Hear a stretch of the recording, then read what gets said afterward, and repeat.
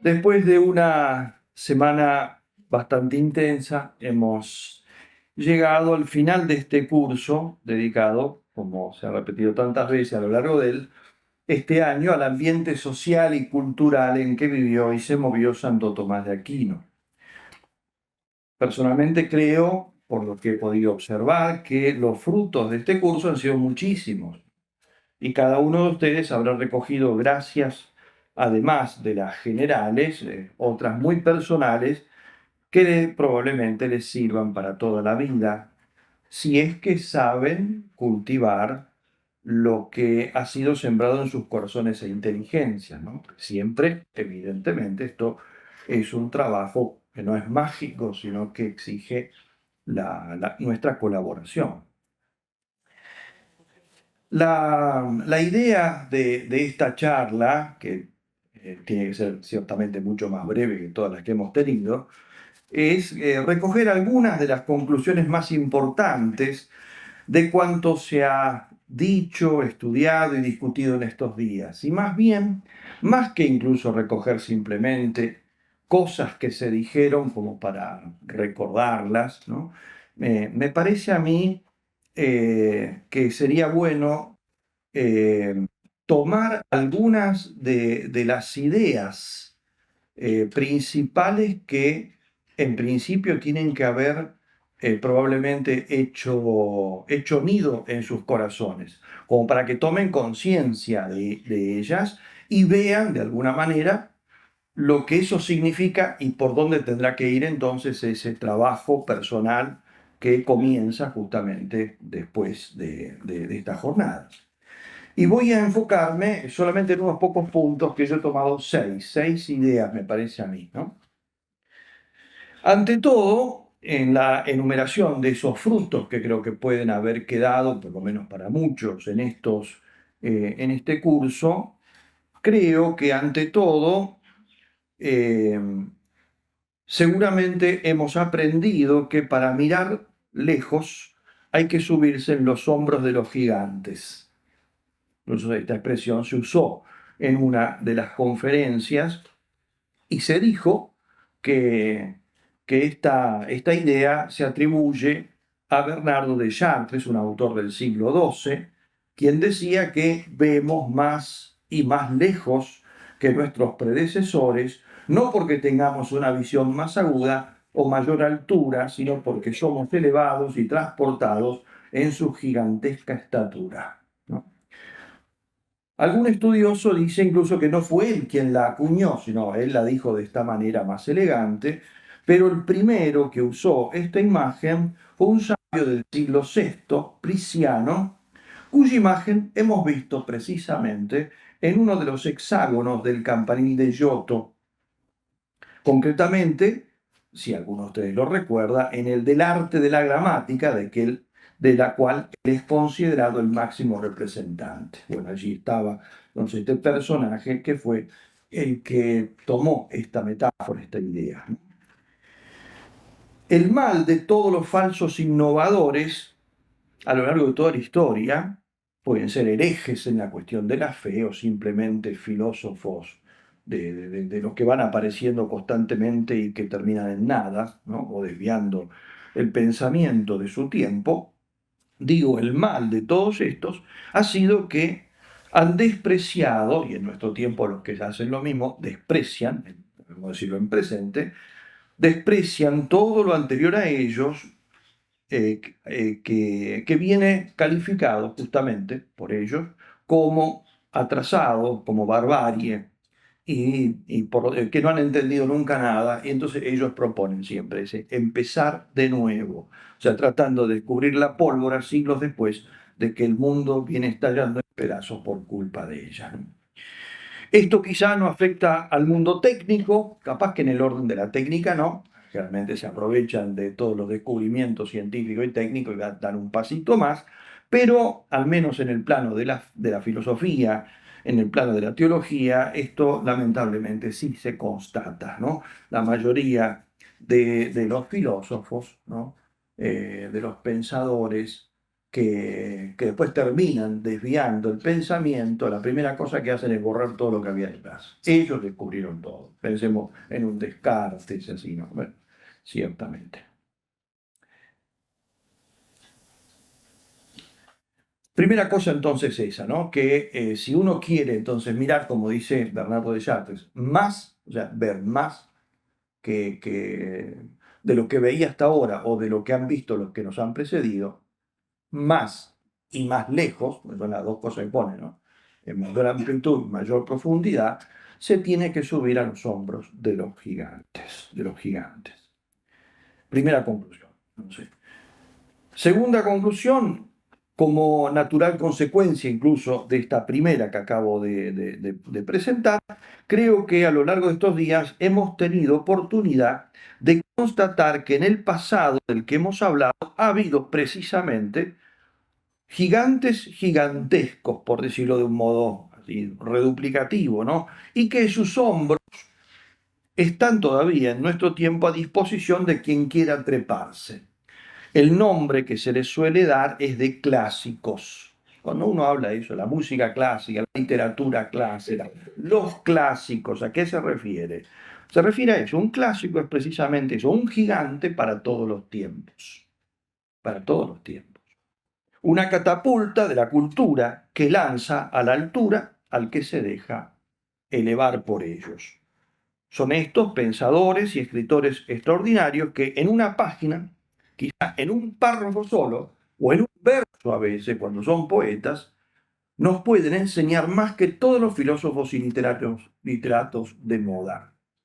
Así, por ejemplo, ¿no? Un verso de Homero, incluso para no ir más lejos, si quieren, el primero con el que comienza la Odisea, háblame, oh musa, de aquel varón que tanto sufrió, luchando por sí mismo, por sus compañeros y por volver al hogar. Esto solo ya me enseña más del hombre, de sus amores, de sus dramas, de sus esperanzas, que muchos libros de psicología actual, si uno se pone a pensar bien lo que acaba de escuchar o de leer. Y eso que en este caso, en justo el ejemplo que puse, lo compuso alguien que pasó a la historia sin siquiera dejarnos su nombre propio, porque Homero no era el nombre de Homero. Eso es la forma en que lo describió la tradición. Homero quiere decir, está tomado de la frase griega homejorón. Ahí viene homejorón, Homero, ¿no? Que significa el que no ve.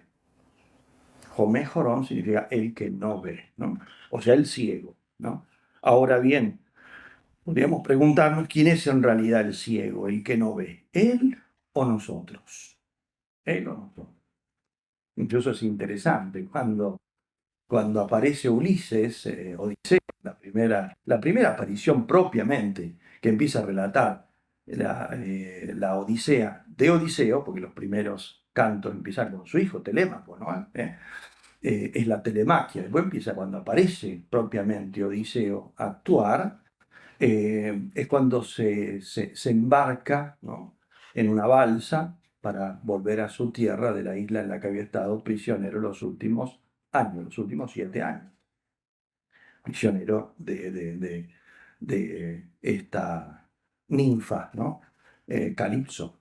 Y ahí, cuando empieza a describir Homero, ¿no?, cómo hace para navegar Odiseo, empieza a hablar, empieza a describir cómo se guía por las estrellas, y ese canto de cómo hace para navegar guiándose por las estrellas, lo sabían de memoria muchos marineros de los siglos posteriores, y lo usaban incluso para aprender el arte de navegar. Cómo leer el cielo, pero esto lo cantaba un ciego. Eso siempre me llamó la atención, que aprendieron el arte de navegar mirando las estrellas con un poema escrito por un ciego que nunca había visto el cielo.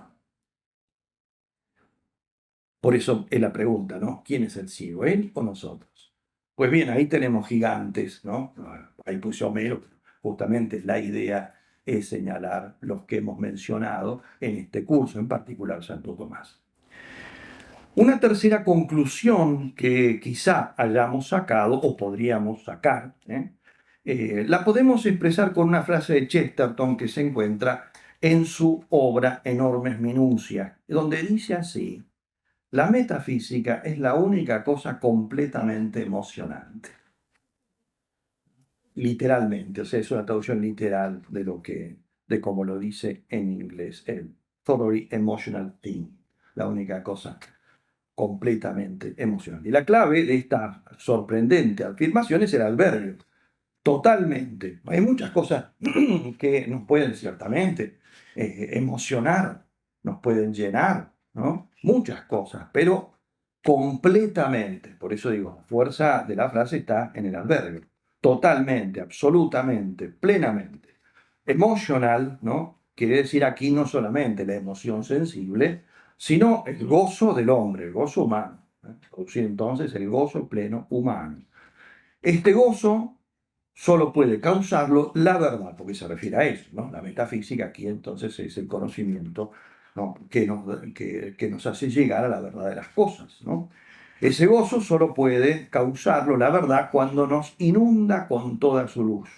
Y creo que muchos de ustedes, espero que todos, pero al menos muchos, lo habrán experimentado estos días, incluso en los momentos de grupo de estudio, donde después de leer o oír tantos pasajes que quizás solo comprendían hasta cierto punto, de pronto al hallar un trocito de verdad, una idea, un concepto, una frase que la inteligencia podía tragar cómodamente, habrán visto, habrán experimentado que el corazón saltaba de júbilo.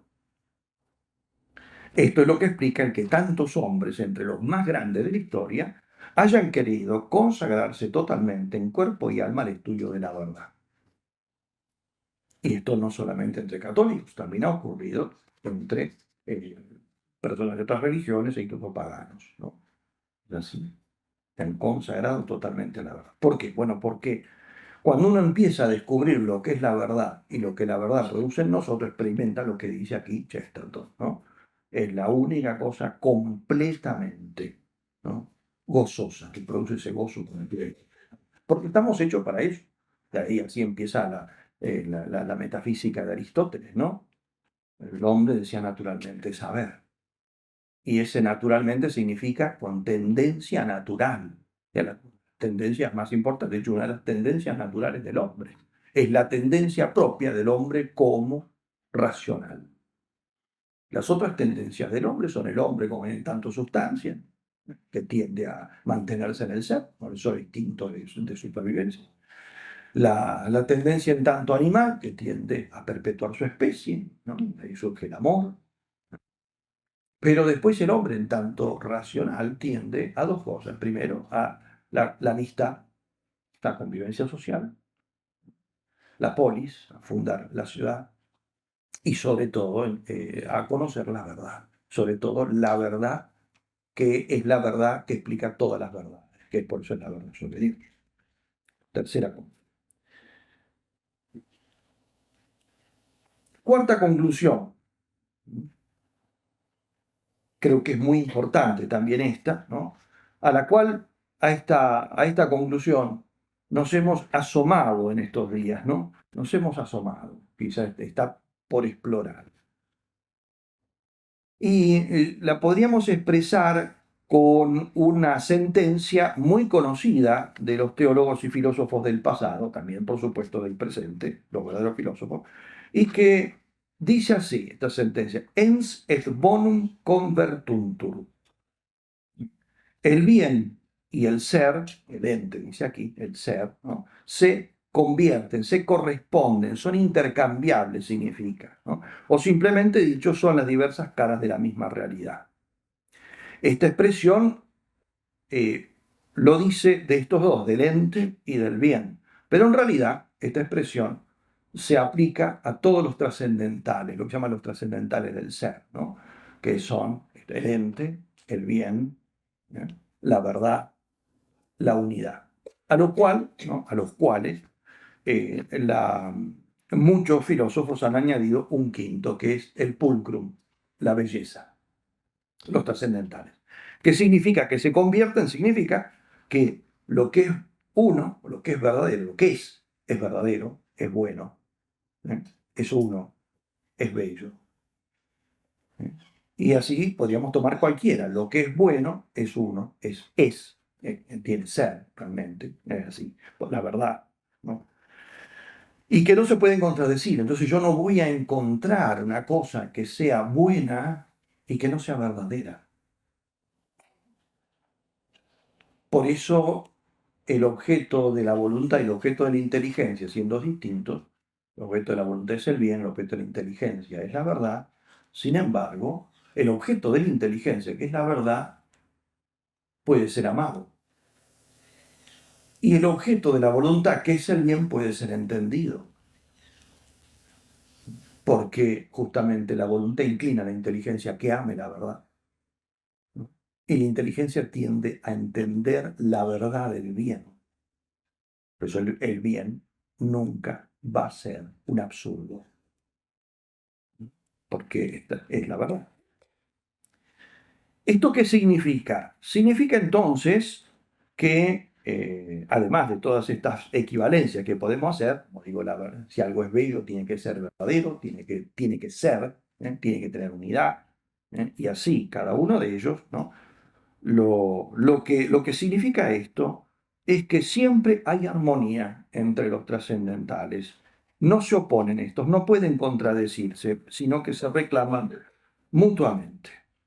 Y digo, esto lo hemos experimentado estos días porque hemos visto que el amor a la verdad, al conocimiento, a la verdadera sabiduría, produjo en el pasado y lo sigue haciendo en el presente, produjo verdad, produjo arte, belleza, armonía, bondad, humildad, unidad, ¿no? Y esto lo hemos experimentado incluso nosotros mismos en estos días, porque durante este tiempo que hemos vivido juntos y hemos trabajado y estudiado juntos, mientras hemos buscado juntos la verdad, también hemos visto que esa verdad ha producido, ha estrechado los lazos de la amistad, es decir, ha producido unidad y ha producido caridad que nos ha resultado natural. Hemos gozado espontáneamente también con la belleza, hemos visto la necesidad de hacer el bien y ser mejores. O sea, el contacto con la verdad ha producido todo eso. Por eso para algunos, espero que para todos, pero por lo menos para muchos, quizá un gran fruto haya sido tomar conciencia de que no podrán jamás encontrar el gozo en el mal y en el pecado, que tanto se extiende en nuestro tiempo, ¿no? El ser y la verdad en la fealdad, ¿no? Nunca van a encontrar el ser, la verdad, en la fealdad, que parece ser uno de los cánones de nuestra cultura. Que piensen en el arte moderno, ¿no? Que tiene ciertamente sus grandes cosas, ¿no? Pero también, de alguna manera, como extienden eso que aparece ser el gusto por lo feo en la arquitectura, en la pintura, en la música, lo chabacán. Nunca eso nos va a poder llevar a la verdad, nunca va a producir unidad, nunca va a producir belleza verdaderamente, ¿no? Es así. En alguna conferencia vimos cómo como en el pasado, que ese pasado del cual fue objeto de nuestro curso, porque un poco eso es ver cuál fue, ¿no?, el ambiente cultural del siglo de Santo Tomás, digo, vimos cómo en el pasado los hombres que rezaban a Dios se vieron empujados a inventar universidades. No, universidades para buscar la verdad. ¿Y de dónde nació? De los hombres que rezaban a Dios. Nació de los monasterios, de las catedrales. Nació por iniciativa de la iglesia. Los que amaban con pasión la verdad fueron los mismos que como fruto natural de esa pasión crearon los hospitales, las leproserías, las casas para los moribundos. Los que querían conocer los secretos del ser sintieron pasión por construir catedrales llenas de majestad, de luz, por componer himnos, por escribir poemas que todavía hoy leemos cuando queremos saber qué es la belleza o qué es el amor. Los que hacían vitrales para sus templos comprendieron que la armonía que ponían al combinar colores tan distintos e intensos, tenían que volcarla también en crear leyes justas y hacer una política dirigida a la búsqueda del bien común. Porque, y aquí entonces esa conclusión sobre el tema de los trascendentales, el que ama la belleza ama también la verdad, ya que la belleza es una cara de la verdad, y ama la justicia, porque el bien es también otra cara de la verdad, y no destruye la vida, sino que la celebra y la respeta, porque el amor no aniquila, sino que hace crecer el ser. Por eso esta lección, esta conclusión particular, ¿no? Qué importante es para nuestra cultura. Qué importante. Nuestra cultura justamente ha desintegrado esta convertibilidad de los trascendentales. Puede pensar de que se puede llegar al gozo de la verdad al mismo tiempo realizando el pecado. De que uno puede buscar la verdad y ser injusto. De que puede haber unidad en el relativismo más absoluto, justamente, que es la digregación de todo. Cada uno piensa lo que se le da la gana, incluso contradictoriamente del otro, ¿no? Si todo vale, si todo puede ser verdadero, nada es verdadero. Pues no hay unidad, no hay unidad de inteligencia, ¿no? O sea, nuestra cultura es la disgregación de los trascendentales. Creo que vimos justamente eso, aunque no lo hayamos dicho con estas palabras, como digo, en realidad lo hemos experimentado, por eso lo que estoy tratando de hacer con estas conclusiones es simplemente ponerle nombre a lo que supongo que es a lo que son las experiencias de muchos de ustedes. Quinta conclusión. Al tratar de comprender el mundo que vivió Santo Tomás, nos hemos encontrado con una idea que se ha repetido mucho estos días, que el hombre es un peregrino. A ver, si uno dijera, bueno, en el plano antropológico, ¿qué hemos aprendido del hombre? ¿O qué hemos podido deducir del hombre de estos días o de lo que pensaban en aquellos tiempos? Sobre todo esto, de que el hombre es un peregrino. Lo vimos cuando presentamos ese crisol de cultura que fue el fenómeno de las peregrinaciones, en particular la de Santiago de Compostela, ¿no? Justamente ahí se acrisoló gran parte de la cultura medieval. Lo volvimos a topar al adentrarnos en la concepción del hombre medieval, que nos revelaba ese ciclo del trabajo y del ideal del campanil de Florencia, diseñado por Giotto, ¿no? Donde el hombre es presentado siempre trabajando en este mundo, pero con la mirada puesta en su destino trascendente, o sea, con esa tensión hacia lo absoluto, hacia lo eterno. Lo vimos en las catedrales góticas, construidas para que el hombre que penetra en su interior se vea elevado a las alturas y transfigurado por la luz y los colores, como uno que no entra en un espacio de piedra y vidrio, sino que al cruzar el umbral inicia un viaje hacia el cielo. Es así, uno entra en una catedral, incluso en lo que sigue siendo hoy el gran arte, por ejemplo, la Sagrada Familia de Gaudí, ¿no? Uno entra ahí y el alma se levanta al cielo, como se levantan esas columnas, se va con esos vitrales, ¿no? Hacia arriba. En cambio, uno entra no sé, en un templo hecho con estilo moderno de hormigón, una caja de zapatos, y lo que se siente es que se le cayó el mundo encima, ¿no? De la opresión. No inicia ningún viaje, uno queda paralizado, bloqueado. En cambio, en ese arte, ¿no? Uno entra y siente que se le, o sea, esa experiencia de peregrinación. Lo vimos también en la Divina Comedia, donde Dante nos describe precisamente a todos, porque, como digo, Dante representa ahí al hombre en general, cada uno de nosotros. Nos describe a todos, digo, como peregrinos que van de la caducidad del mundo, como lo dice él mismo, ¿no? A la eternidad de Dios, de la miseria y el pecado a la gracia sobrenatural. También se mencionó, al pasar, porque no desarrollamos ese tema, en ese otro gran fenómeno medieval que fueron las cruzadas, que no tuvo otro objetivo que hacer expedito el camino de los peregrinos que querían venerar el sepulcro de Cristo. Los palmeros, propiamente dicho, que era el nombre que tenían los que iban allí, ¿no? Y que estaban en aquel tiempo en manos del poder musulmán, ¿no? El hombre medieval, con sus más y con sus menos, sabía que solo está de paso en este mundo. Y curiosamente, ¿no? Curiosamente, ese hombre que sabía que solo está de paso en este mundo, dejó en este mundo obras inmortales. Mientras que el hombre que está afincado en este mundo no deja nada. Curiosamente.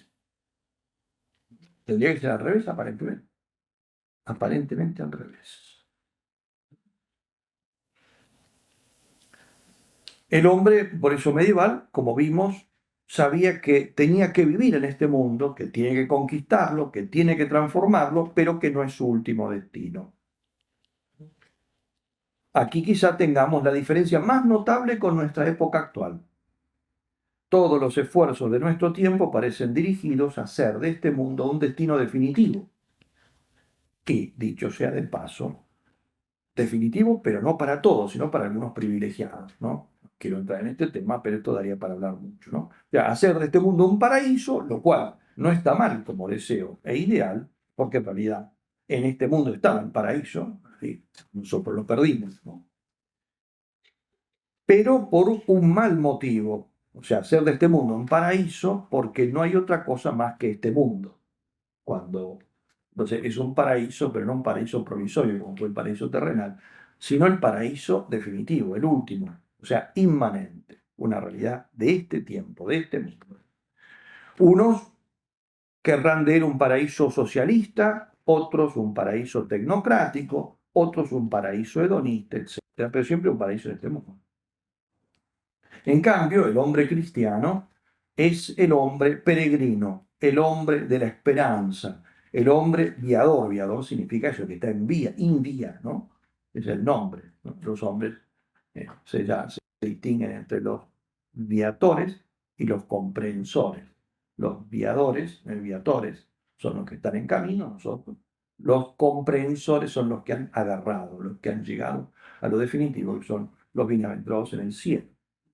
En cambio, el hombre moderno es el hombre que quiere instalarse para siempre en la inmanencia de este mundo, incluso si para eso el único camino es transformar su propia humanidad en una realidad híbrida de máquina y hombre, o meter su cerebro, que él confunde con su alma, en el disco rígido de una computadora, que es una parodia anodina de la inmortalidad. Como ustedes saben, esta es la doctrina del transhumanismo y del posthumanismo, que son la caricatura del hombre viador. No son el hombre eterno, porque el resultado, el poshumano, no es el hombre eterno, ¿no? Porque eternidad es otra cosa. Son el hombre duradero en todo caso, estirado, perpetuado en la inmanencia. Pero nosotros hemos sido creados para la eternidad, no para durar, no para durar. ¿No? Si nosotros tuviéramos que durar eternamente, pero en el estado en que estamos, seríamos desgraciados.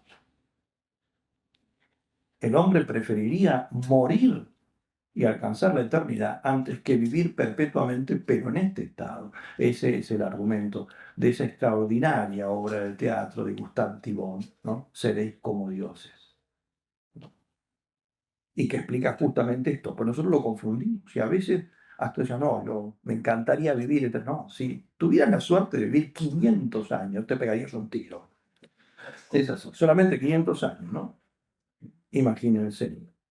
Por eso cuando trato de imaginar, ok, a ver, si estos ideólogos del transhumanismo y del poshumanismo, si estas ideologías que están condenadas al fracaso porque presentan conceptos contradictorios, pero si pudiéramos imaginar que ellos hacen realidad sus intentos, ¿cómo sería el hombre resultado de eso?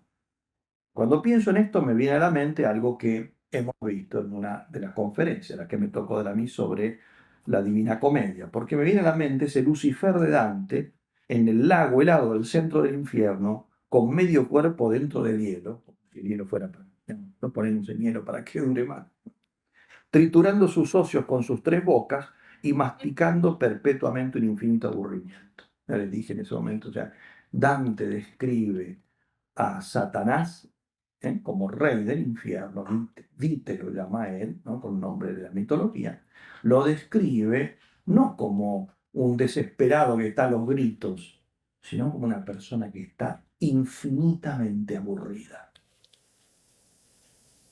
Y esa es la eternidad del poshumanismo, que no es eternidad, de duración indefinida en la miseria. Y finalmente, una última conclusión, la sexta y última. Les va a parecer medio raro cómo empieza, porque yo digo, todo lo que existe o es sustancia o es accidente. Espero que eso haya quedado claro. Aunque no fue el tema de ninguna de las conferencias, en el fondo, ¿no? En el fondo, eso como que tendría que ser una conclusión. Todo lo que existe o es sustancia o es accidente. Aristóteles, de hecho, estructuró la realidad en 10, la llamó categorías, que es sustancia, y las otras 9, cantidad, cualidad, relación, lugar, tiempo, posición, posesión, acción y pasión, ¿no?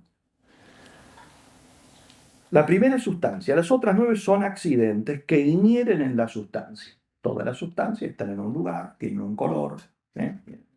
Lo que sea, los distintos accidentes que son lo que captan nuestros sentidos y entonces a través de ellos la inteligencia puede captar la sustancia, ¿no?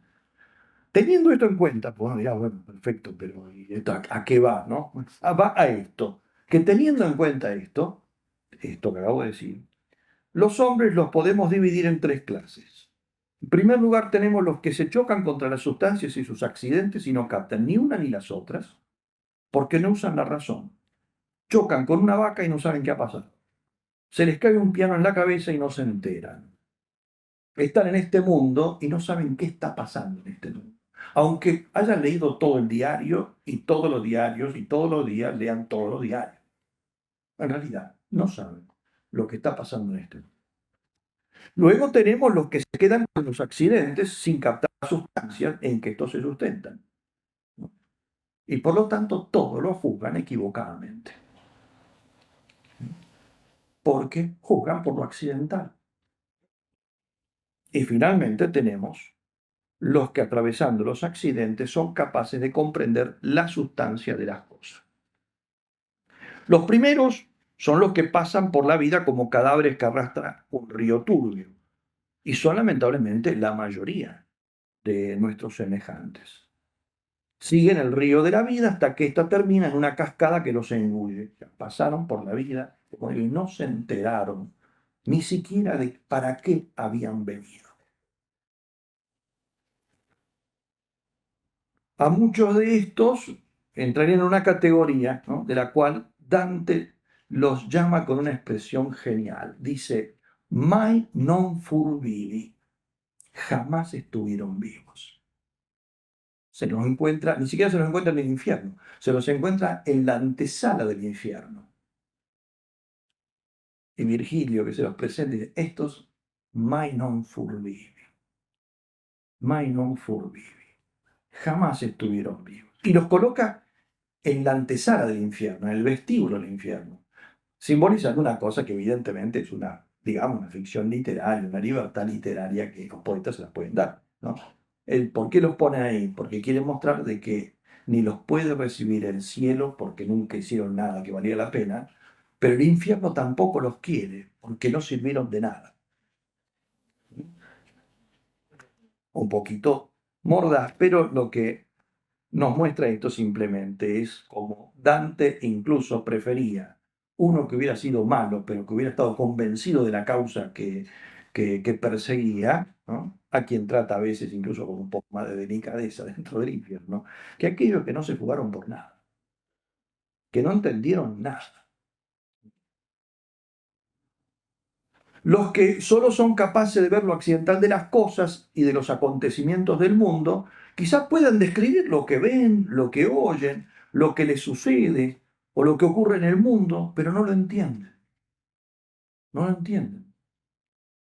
Y cuando yo no entiendo qué es lo que está pasando, tampoco puedo predecir lo que se podría predecir. Por eso no saben, no pueden proveer, no son prudentes, no tienen visión de futuro, tampoco entienden el pasado, por eso tampoco podrán ir para donde van, ¿no?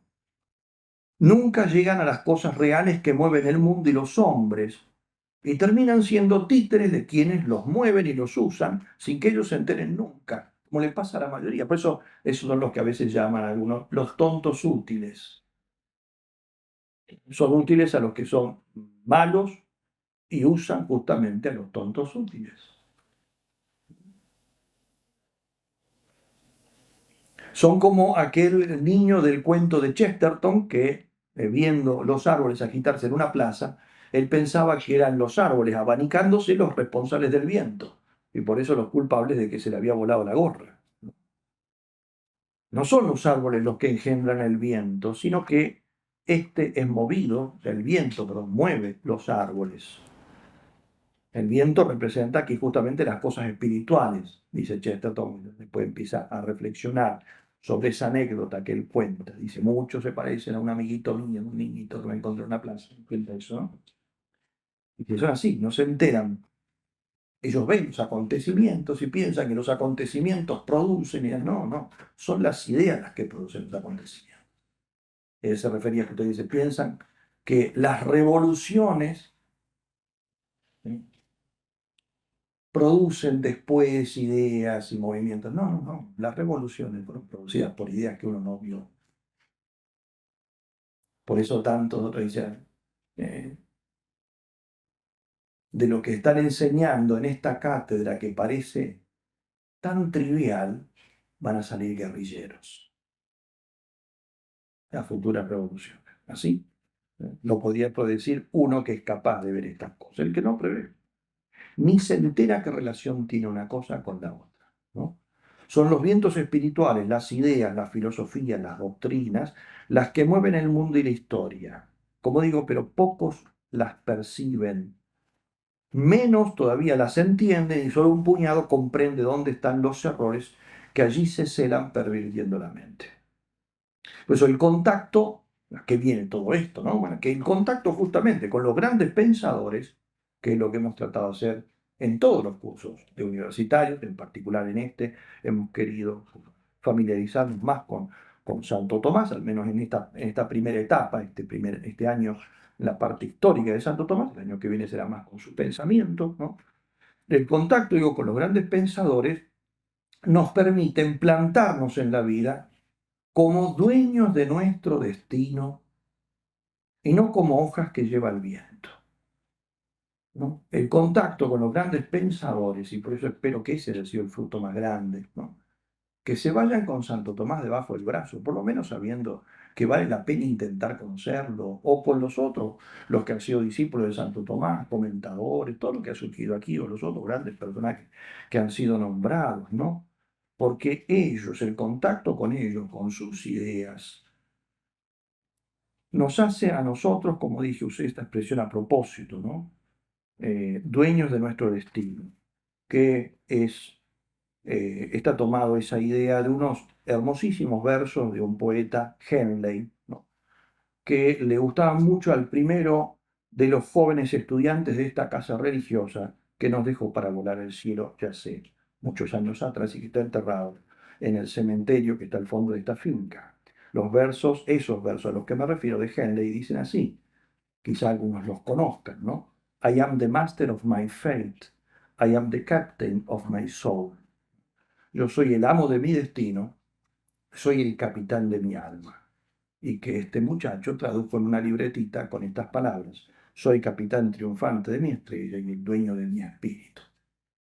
Eso lo hacen los grandes pensadores, no nos hacen dueños de nosotros mismos, no nos hacen títeres o nos permiten que no nos muevan, sino que nos movamos a nosotros mismos.